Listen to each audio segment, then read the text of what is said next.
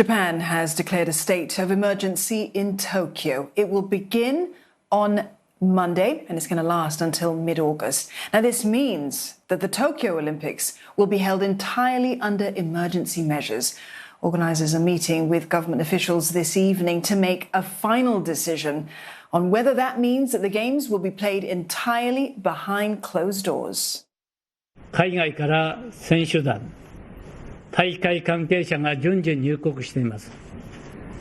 入国前に2回、入国時の検査に加え、入国後も選手は毎日検査を行っており、ウイルスの国内への流入を徹底して防いでまいります。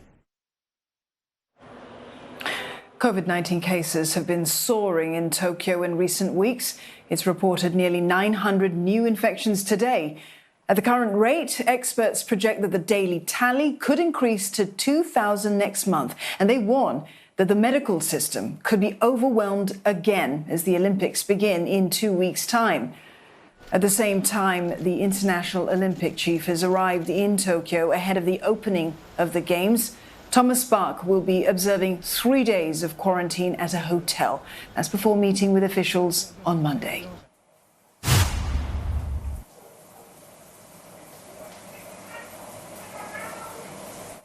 Well, let's join Michio Ishida. She's in Tokyo for us for more on this story.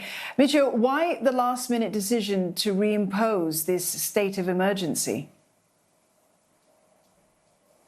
Well, Prime Minister Yoshihide Suga said that hospitals were not overwhelmed at this point in time, but there's been a rise of people movement, and there's a Delta strain risk with a number of cases rising fast.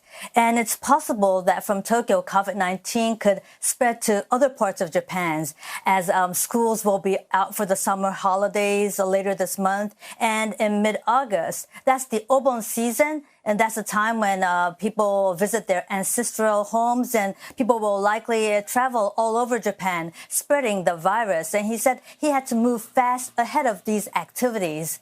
Now, it's as other parts of Japan are actually seeing limited cases of COVID-19, except for Okinawa and Osaka and some other nearby prefectures around Tokyo. Now, a state of emergency discourages those without urgency to travel outside of their prefectures. Mr. Suga also said that alcohol is a reason for spreading COVID-19, and he wanted restaurants to stop serving alcoholic beverages. And he bowed deeply during the news conference, asking for cooperation from these eateries and bars. And he promised swift financial aid to those who comply.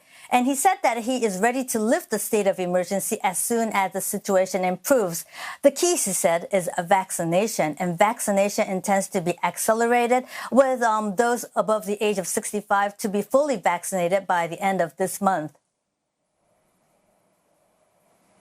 Michio, this Olympics being held under the highest alert is unprecedented. How is that going to affect the Games? Well, it will certainly affect the Games. Currently, at most 10,000 people are allowed to attend the event. That's Tokyo under a quasi-state of emergency. However, there are people who have bought tickets already, and we've been hearing that on Tuesday, these tickets will undergo a lottery, and people who still want to go to the Games, those who win the lottery will be able to go. But with the state of emergency in place from next week, stadiums will only be able to accommodate up to 5,000. And under a state of emergency, events have to end by 9 p.m. And if events are held after 9 p.m., no fans are allowed. The opening and closing ceremonies of the Olympic Games are scheduled beyond 9 p.m. And there are many competitions scheduled after 9 p.m. The IOC president, Thomas Bach, has arrived in Japan, and he's currently under quarantine, but he's online discussing with officials here in Tokyo. And we have to wait and see what kind of decision will be made. But with Tokyo under a state of emergency, the number of spectators could be very limited, or perhaps no spectators at all. Thank you for the update, Michio. Michio Ishida there in Tokyo.